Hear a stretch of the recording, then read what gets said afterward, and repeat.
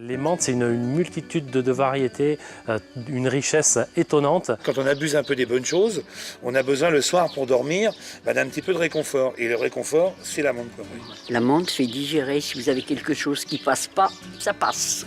Ça sent très bon.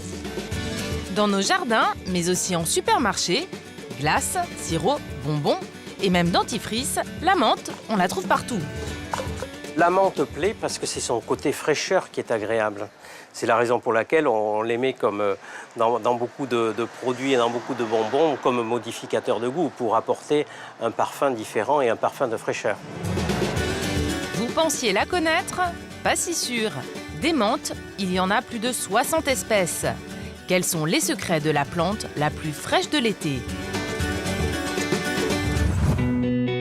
Laurent Bourgeois est pépiniériste dans la Drôme. Sa plante de prédilection, c'est la menthe.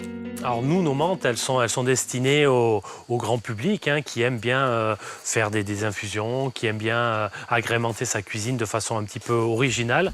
La menthe, on peut la cultiver très facilement. Même les enfants qui n'ont pas trop l'habitude de jardiner aiment bien s'essayer avec les menthes parce que c'est très facile à cultiver.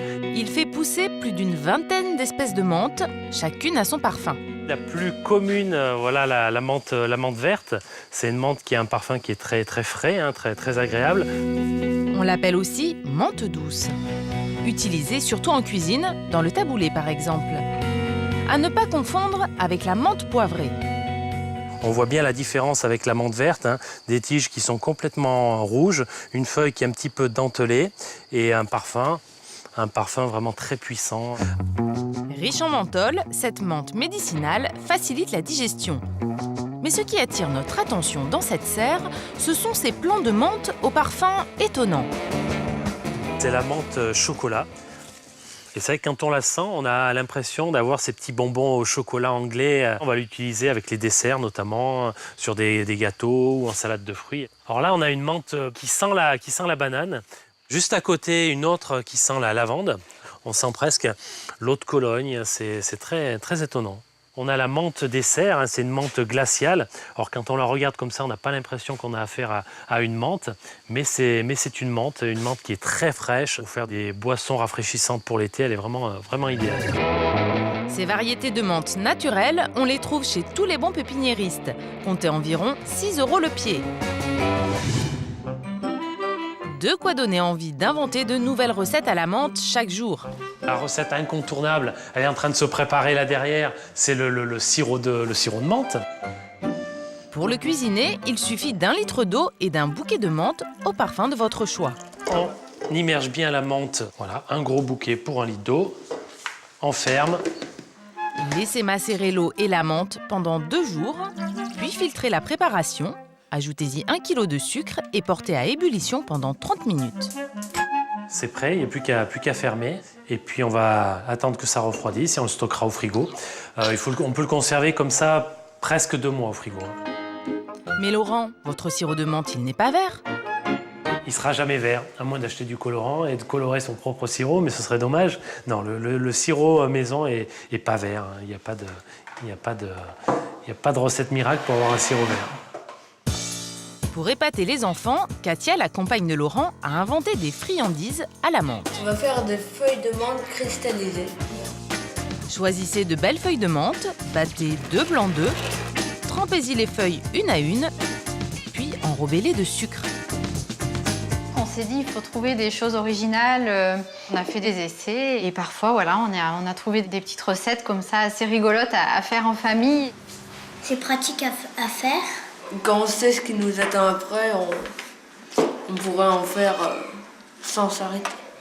C'est vraiment bon. C'est vraiment excellent, oui. Patience pour la dégustation, les feuilles doivent cuire pendant 2 heures à 50 degrés. Avant de séduire les enfants, la menthe faisait déjà l'unanimité auprès de nos grands-mères. Leur boisson favorite, l'infusion à la menthe. S'il y en a qui en veulent de l'infusion, c'est le moment d'en profiter. C'est la potion magique. C'est la potion magique. Je consomme un verre que j'ai entamé, je le finirai jusqu'au fond, par plaisir et délicatesse.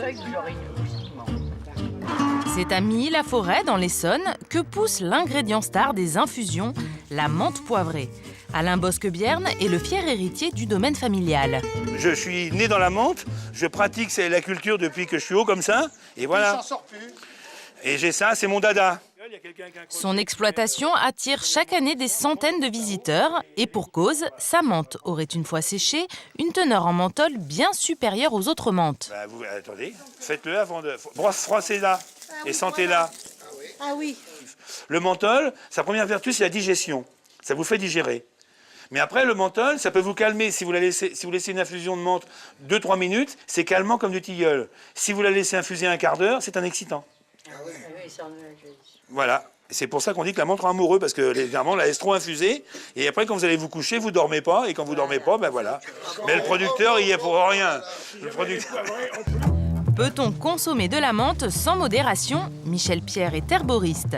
Dans sa boutique, il vend de la menthe séchée ou en huile essentielle. L'infusion de menthe peut se consommer toute la journée si on le souhaite. Mais par contre, l'huile essentielle est beaucoup plus délicate à utiliser. Donc on mettra 1 ou 2 gouttes sur un morceau de sucre, voire dans un petit peu de miel ou de confiture, mais surtout ne pas dépasser ces doses. Chez Laurent, les friandises sont prêtes. Les enfants auront le droit à un goûter mentholé. On a une petite salade de fruits parsemée de feuilles de menthe.